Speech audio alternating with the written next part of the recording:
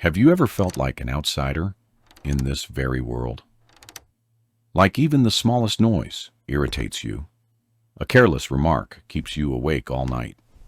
Or you feel completely drained after spending just 1 hour in a crowd. If the answer is yes, I'm willing to bet that for years you've heard the same lines over and over again. Why are you so sensitive? You need to toughen up. Or you're making a big deal out of nothing. You may have even started to believe it yourself, that something is wrong with you, that you're too weak. But today, I'm here to tell you a very different truth. You are not broken. You are not weak. And you are certainly not a mistake of nature. In psychology, we call you a highly sensitive person, but I prefer another name, a supersensor. Imagine this. While most people experience the world through a low-resolution lens, your brain is recording everything in ultra-sharp 8K. To understand why life feels so intense for you, we need to look at what's happening inside you. This isn't a personality choice, it's biology. Research shows that your brain processes information very differently from about 80% of the population. If an average brain is like a camera recording at a functional 720p, then your brain is a state-of-the-art cinematic system.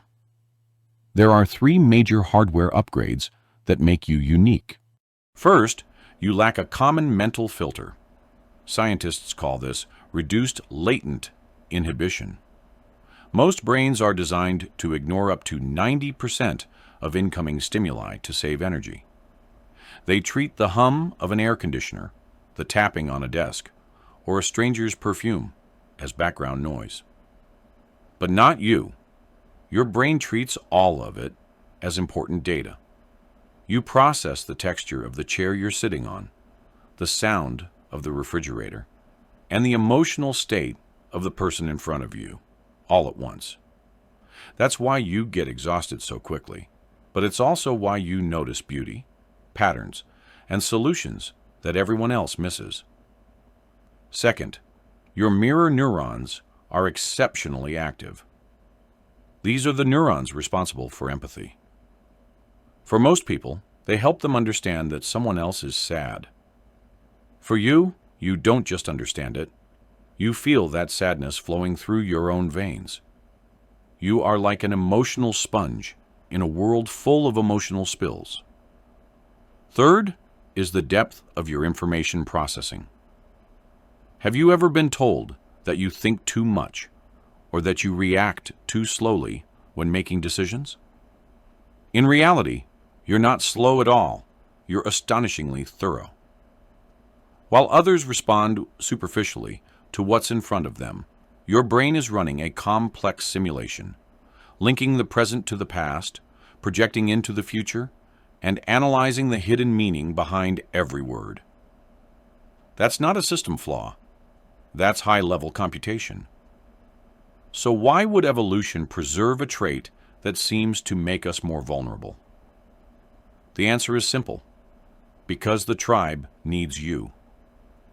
In ancient times, strong and reckless warriors were essential for hunting and fighting. But a tribe made up entirely of warriors would quickly perish, charging into danger without a plan. The tribe also needed royal advisors. That is who you are. You're the one who senses the change in weather before the storm arrives, the one who feels that the neighboring tribe is lying. Your sensitivity is the most sophisticated early warning system there is.